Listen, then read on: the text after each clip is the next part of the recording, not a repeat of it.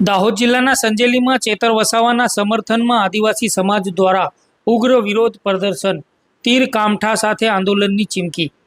દેડિયાપાડાના ધારાસભ્ય અને આદિવાસીઓના મસીહા ગણાતા ચેતર વસાવાની ધરપકડ બાદ રાજકીય માહોલ ગરમાયો છે અને સમગ્ર આદિવાસી સમાજમાં ભારે રોષ જોવા મળી રહ્યો છે. દાહોદ જિલ્લાના સંજેલી તાલુકામાં પણ આજે આદિવાસી સમાજ દ્વારા ચેતર વસાવાના સમર્થનમાં જૂના બસ સ્ટેશન ખાતે આવેલા ગુરુ ગોવિંદ ચોક આગળ ઉગ્ર વિરોધ પ્રદર્શન કરી સૂત્રોચ્ચારો કરવામાં આવ્યા હતા.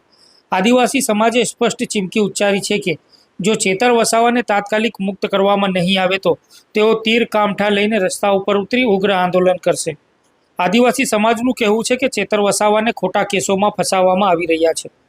તાજેતરમાં દેડિયાપાડાના એસડીએમ કચેરીમાં તાલુકા પંચાયતના પ્રમુખ અને ધારાસભ્ય ચેતર વસાવા વચ્ચે બબાલ બાદ તેમની ધરપકડ કરવામાં આવી હતી, જે એક રાજકીય કિન્નાખોરીનો ભાગ હોવાનો આક્ષેપ આદિવાસી સમાજ કરી રહ્યો છે.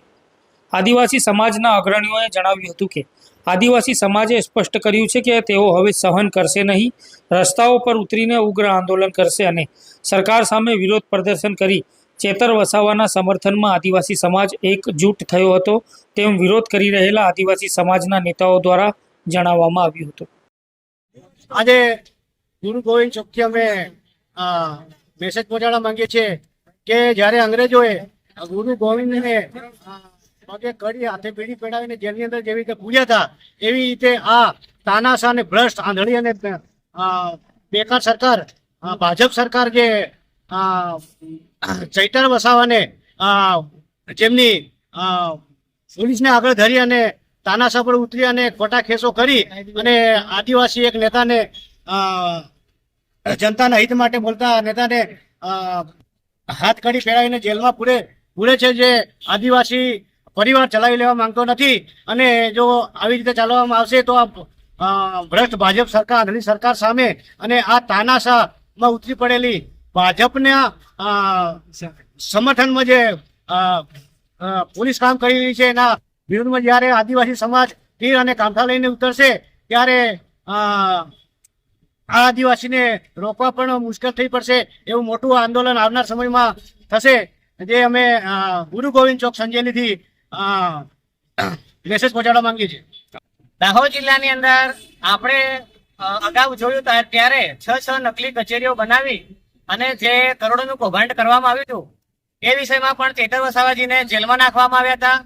અત્યારે તાજેતરમાં પણ જે ભજુભાઈ ખાબડના જે પુત્રો દ્વારા અને છોટવા દ્વારા જે કરોડોનું કૌભાંડ કરવામાં આવેલ છે એ અંતર્ગત પણ અત્યારે ચેતર વસાવાને એક રાજકીય ષડયંત્ર કરીને, રાજકીય ખિન્નાખોરી કરીને જેલની અંદર નાખવામાં આવ્યા છે.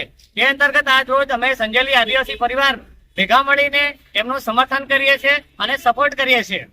અમે સરકારને કહેવા માંગીએ છીએ કે જ્યારે આદિવાસીઓના હક અધિકારની લડાઈ હોય ત્યારે સરકાર આદિવાસીઓને નક્સલવાદી, ત્રાસવાદી એવા નામથી બોલાવે છે અને એમને જેલની અંદર કરે છે. એટલે અમે આજ રોજ સંજેલી આદિવાસી ભાઈ બહેનો ભેગા થઈને ચેતર વસાવાનો સપોર્ટ કરીએ છીએ. જ્યારે પણ બળાત્કારીઓ પર, ભૂમાફિયાઓ પર, ડ્રગિસ્ટો પર, આવા જે ભ્રષ્ટાચારીઓ છે એમના પર જ્યારે એફઆઈઆર થાય છે ત્યારે કોઈ એક્શન લેવામાં આવતી નથી. અને જે અમારા આદિવાસી નેતાઓ પર જો કંઈક પણ થાય તો ત્યારે મૃદુ ને મક્કમ સરકાર અને જે પોલીસ તંત્ર છે એ હરકતમાં આવી જાય છે અને અમારા નેતાઓ પર ખોટા કેસો દાખલ કરે છે અને હેરાન કરે છે. એટલે અમે આ બધું સહન કરી લેવાના નથી અને જરૂર પડે અમારો સમાજ તીર કામઠા લેતા પણ પાછા નહીં પડે, કાયદો ને કાનૂન પણ હાથમાં લેશે, રોડ રસ્તા પર ઉતરશે અને ઉગ્ર આંદોલન પણ કરશે. જય જોહર.